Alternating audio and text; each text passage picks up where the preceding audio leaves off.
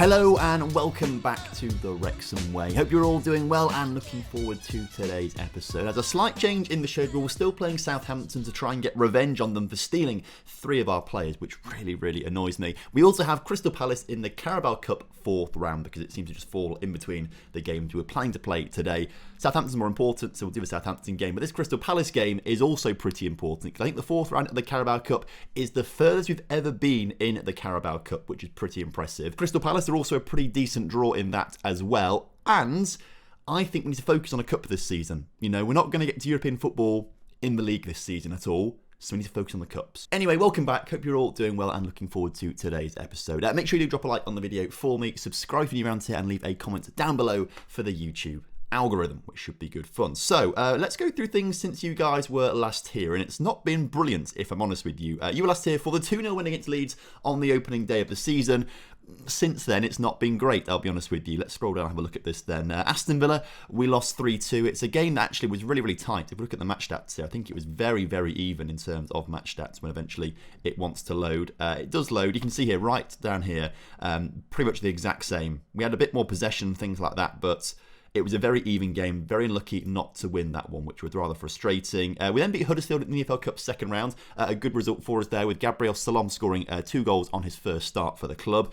We then lost 2-0 at home to Chelsea, understandable. And it started off actually a run of games which were really tricky. Arsenal 2-2, good result in that one for us. We lost 3-2 to Liverpool, unfortunate to lose it, but with red cards and stuff like that, we were never going to get in that game and win it. We then had a little bit of a break from the onslaught of Chelsea, Arsenal and Liverpool to beat MK Dons 3-2 in the EFL Cup third round to get through to its 4th round today, before facing Man City and losing 6-3. So those 4 games in a row were really tough. To come away with a point from those 4 games is quite impressive, I must say. But obviously, it set us up for a bit of bad form because we were just really out of form. So I think at this point, we got told to do a team meeting, which we did, and it actually worked quite well. We started off with a 2-2 draw against Bournemouth to get back on track a little bit, before actually recording 2 wins in a row. A 2-1 win over Leicester and then a 2-0 win over Burnley, which is actually pretty decent. And so after all of that, we currently sit 13th in the table with 11 points from 9 games, which I must say is not too bad at all. Southampton are just above us in the table, so that'd be an interesting game. But Crystal Palace are just hovering above the relegations and have had a poor start to the season, so I'd like to think we can get them in this cup game. There has also been one more transfer since you were last here, although he's not played a whole lot of games. We brought in for £5 million this guy called Lucio, or Luciao. I think Luciao is probably the way to say it, but he is a right winger who actually I think looks pretty decent across all areas. 20 years old, 5-star potential, the backup to Rebergen. If we compare him with Rebergen, who's not going to be here forever, of course we've had him on loan for quite a long time, but at some point United will say no to having him back on loan here. But as you can see, speed and vision, he's actually better, but everywhere else, Rebergen is technically he's slightly better than Rebergen, but Rebergen probably still the better player overall, but there's about a 2-year age gap between them, about 23 months I think actually. So by the time Lucio gets to Jan-Peter Rebergen's age, I would like to think he'd be as good. So this is kind of our long-term replacement for Rebergen, I think. But he came through on a scout report, saw him look pretty good, had a £5 million release fee clause. I thought, why not? Let's do it. Obviously, we have £21 million still to spend. The plan is to try and spend quite a bit of that as we head into the what we're trying to say, head into January. That's the word I'm looking for. We want to try and bring in some youngsters then with this money, but it still leaves us with a whole lot of money in the overall bank balance. So what I also want to do today is ask for improved training facilities, and I also want to ask for improved youth facilities. And then whilst we're here as well, can we ask for an affiliate club, please? Because that would be quite nice to explore opportunities in other countries to boost our international profile. Now, this guy historically says no to us for a lot of these sorts of things. He sees no benefits of that at all. So we'll just keep trying to pressurise him, and he says yes immediately, so that's great. Hopefully we'll get a partner in another country pretty soon as well. Also, we get to choose it right now. We have to wait for the other stuff to come through from the board to say yes or no, but we can choose right now a club that we want to make an international partnership with. And I tell you what, China and the US are right up there for me. That would be pretty decent. Although, that's the Chinese Super League, to be fair. That is the top division in China. That would be really good to get connections in China. Probably, yeah. I'd say a Chinese club is probably more important for us than like a USL club in America. Probably better than a South Korean club, I would imagine. I think China's the way to go for this first one. It just depends which one we want. Now, Guangzhou City are valued at 39 million. They're not that great of a team. They're not Guangzhou Evergrande, who probably aren't a team anymore in real life, are they? Could have gone under, I think, or are in the process of going under. Hebei, are they a decent club? They've got £11 million valuation. I don't think they're quite so good. Dalian, they've got a really nice stadium, valued at 141 million. Great facilities as well, but their reputation isn't quite as good. But are they better? They've got better facilities. I think maybe if we can partner up with Dalian, what about Wuhan? Because I know they're pretty decent. They're not quite good training facilities wise. Just in case we did want to maybe sign some players at some point, like that could. Well, they've not got any players, have they? They're all greyed out. Okay, that's a bit annoying. I think Dalian might be the best one to go for, just on the grounds that they are valued the most. They've got the best facilities. They've got national reputation, but I'm sure they'll get better and better. Let's choose them as an affiliate club. Let's get a club in China to partner up with. That would be really good for us. So hopefully that gets confirmed in a moment's time. As for this game against Palace, we need to put out the strongest lineup possible. And at the moment, this seems to be working for us with a few changes in the midfield because players aren't quite performing and things like that. Schneller starts in goal as per usual, as he has done all this season so far, with a very good average rating so far. Our new signing, the left back, Sun Stesic, which I'm really still struggling to say with all the accents on the end of his name. It looks like he might actually be the best left back for us at 18 years old. He's playing well. He's done well so far in his first few games, better than Rocco Spadina was doing on a 6.6 average rating. And Josh Tyman has only just come back from injury, only played one game thus far. So he could be an option at some point, but Sustenic is going to stay there right now. Sequeira, Kambuala and Dylan make up the rest of the back line. Again, where is he? On here somewhere. Lucas Holter just injured actually right now, but hasn't played brilliantly in his first few games this season, and Kwambwala has played better, so he's going to be starting more at centre-back this season. Bernal is coming in to be the anchor because Ostergaard is moving slightly further forward on the grounds that he's just been playing quite well, and other centre-mids haven't, but Debbie has got a few goals to his name now, 3 and 9, and has been a pretty decent signing, so he's going to stay in the centre of midfield. The attack, though, stays as it is, and will probably stay like this for most of the season. Bell on the left, Rebergen on the right, and of course Sione leading the line. He has now got 7 goals in 9 appearances, Sione, so he's really hit the ground running this season. So as kickoff is upon us here today, this one is a big one. Like I said, we want to try and get to European football, so it would be great if we can beat Crystal Palace. Now, Cardiff City are in European football this season. They were in the Championship last season, but they won the FA Cup on penalties against Man City last season. So Cardiff not only got promoted to the Premier League last season, but also got into European football. So Cardiff are a force this season. They've got a lot of stuff going for them. But if Cardiff in the Championship can win the FA Cup or the Carabao Cup, the FA Cup that one actually wasn't it, we can win either the Carabao Cup or the FA Cup. We just need to have a bit of a lucky run and play well in those cup games. And I think we have a team to do it. I mean, I've tried to win it every single season so far. Obviously, that's the plan. But we've been lucky not to concede there, bouncing that off the crossbar. Schneller collects it into his hands instead. We've not had great cup runs. We've not been lucky in the cup runs at all, I'd say, in recent years. But I think we need to put a bit of extra focus on it. And that's to make sure we always play the first and strongest possible team in those games, I think. In the meantime, Ostergaard puts the ball up towards Bell on the edge of the penalty area. Back to Sustenic, who gets it into the area, shoots, and scores his first goal for the club. The young 18-year-old gets the goal there to take us 1-0 up in this game, and that's absolutely fantastic from him. Gives us the lead in this cup game, gives us the advantage away from home against Palace as well, and sets us up for a third win in a row if things stay as they are right now. And that third win in a row would do wonders for team morale. Also, the fact we are beating another Premier League club is also pretty decent for us as well. We need to get in the habit of beating Premier League teams, because if we want to improve on last season, that's exactly what we need to do, which is stating the obvious, obviously, but, you know, I think form and momentum is so important at the moment. Anyway, half-time here, 1-0 to us, which is fantastic. Let us quickly say we're doing well out there. Good stuff. I think just towards the end of that half, Ostergaard picked up a knock. He did.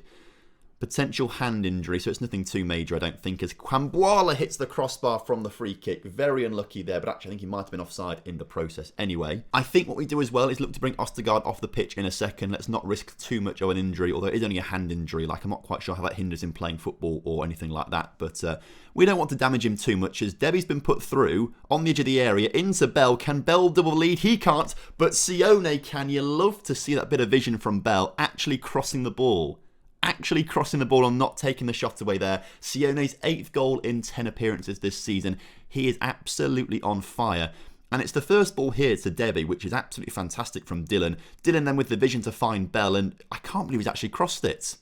That seems like a miracle. So tactical changes then. Let's get Ostergaard off the pitch for Sandri. Let's bring him on in the centre of midfield. Anyone else want to change? Sostenic actually is quite tired. So let's bring him off for Roko Spadina to see how he plays for the rest of this game. As...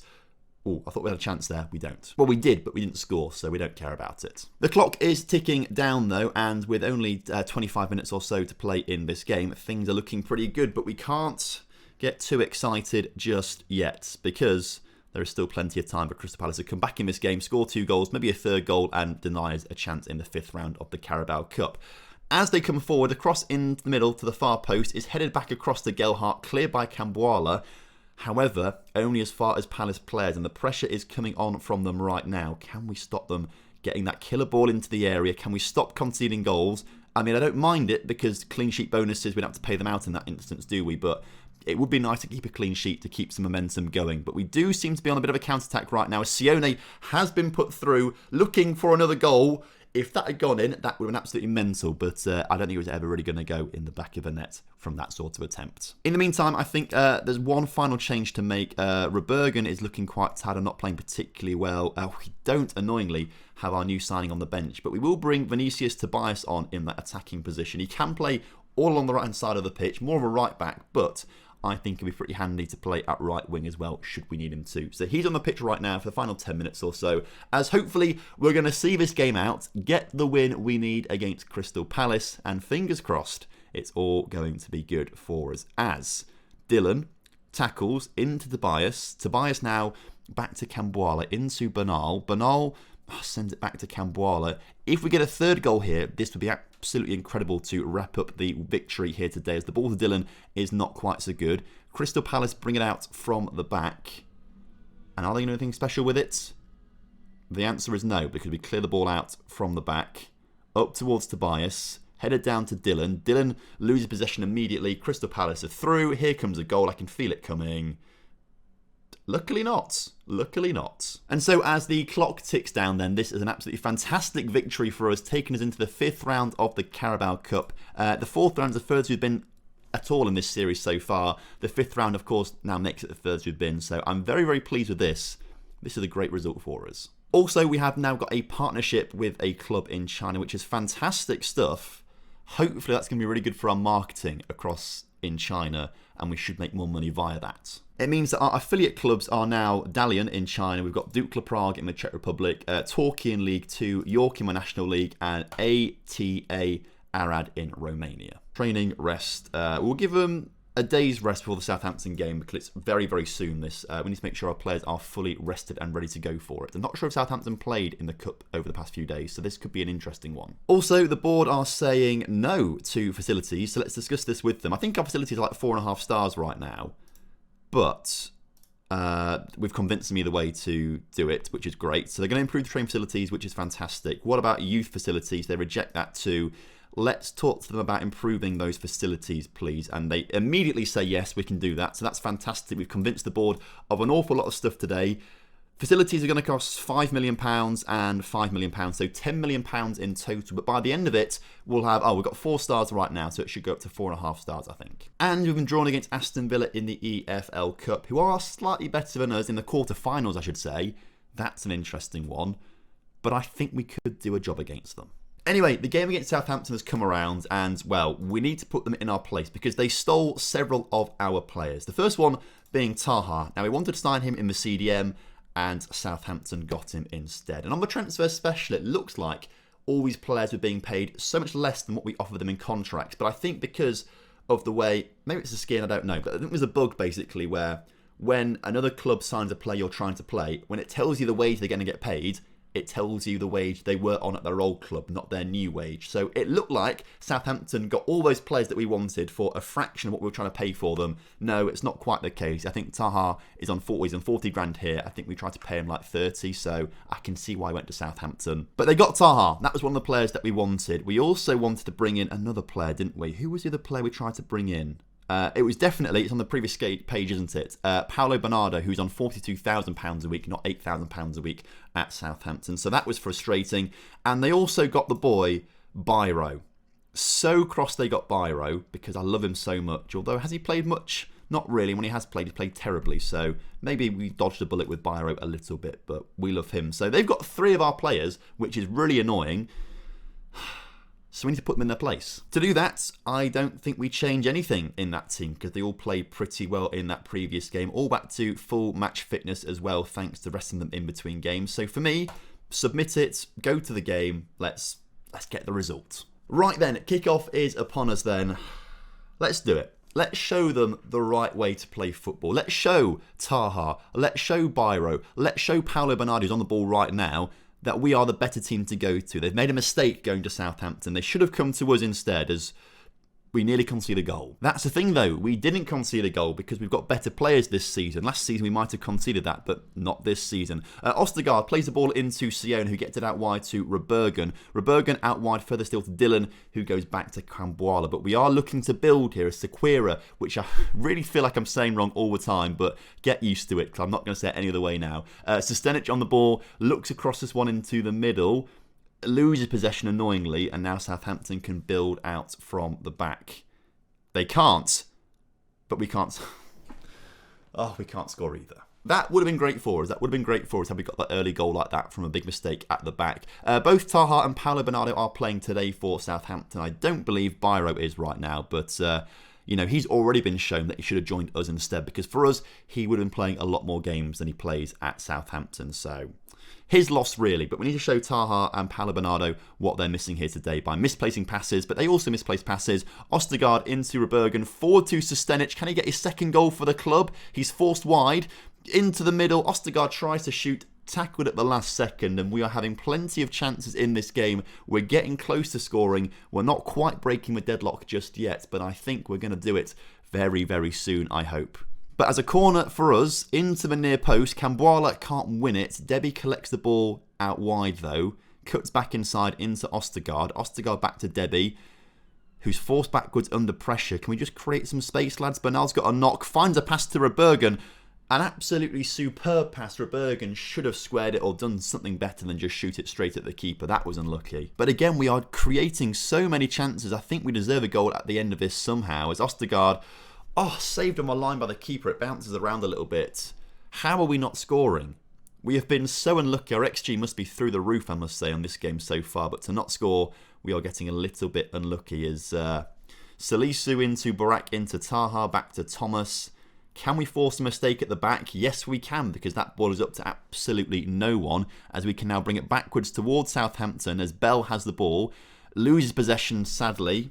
And now here comes Southampton out wide with Brownhill as he cuts into the area. Forced to shoot, saved by Schneller. Plenty of highlights in this first half. Most of them are just resulting in like nothing chances basically. So I might cut out quite a lot of them because otherwise this video might go on for just ever at this stage. But Southampton wasting possession by just hoofing it up to our boys.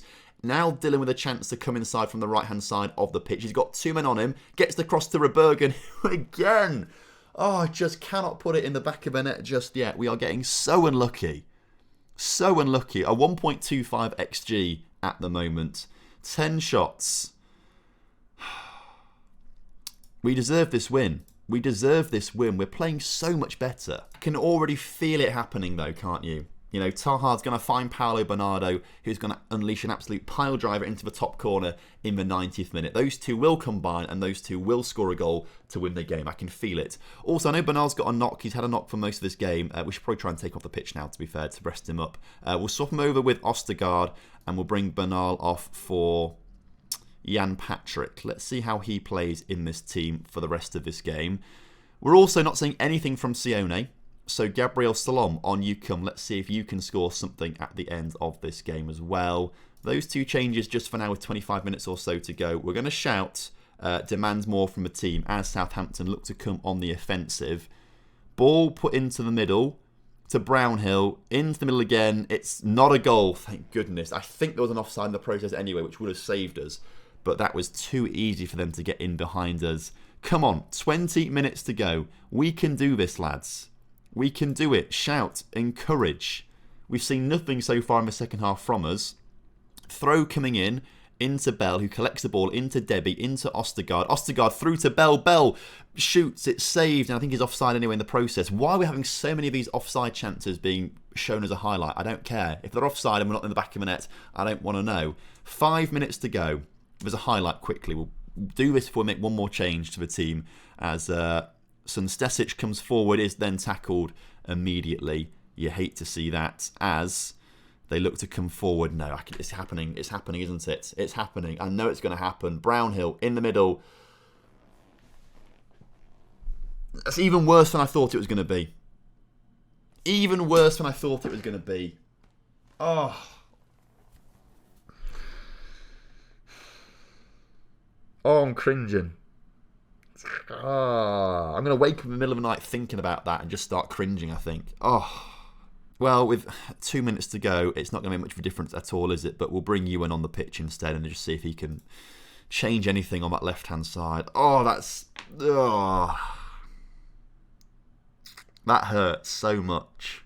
I hate Southampton even more now. Oh. That's so annoying and so unlucky. The amount of chances that we had to win that game in the first half that we just didn't take. Right, well, next episode, I think we come back for Newcastle and Aston Villa in the EFL Cup quarter-final. That's probably the next sort of big games that we should be doing. The Cup runs on. Let's see how far we can get in the Cup. So thank you very much for watching today. I know it's a bit frustrating to lose that in the way we did lose it, but one of those things that we have to sort of deal with. But we're still looking okay in the Premier League, I think. We're still looking okay. We just need to get through to January and reassess things then. So thank you very much. Hope you guys have enjoyed it. Drop a like on the video, subscribe to anything new around here, and leave a comment down below for the YouTube algorithm. Until next time, have a lovely day. See you soon. Goodbye.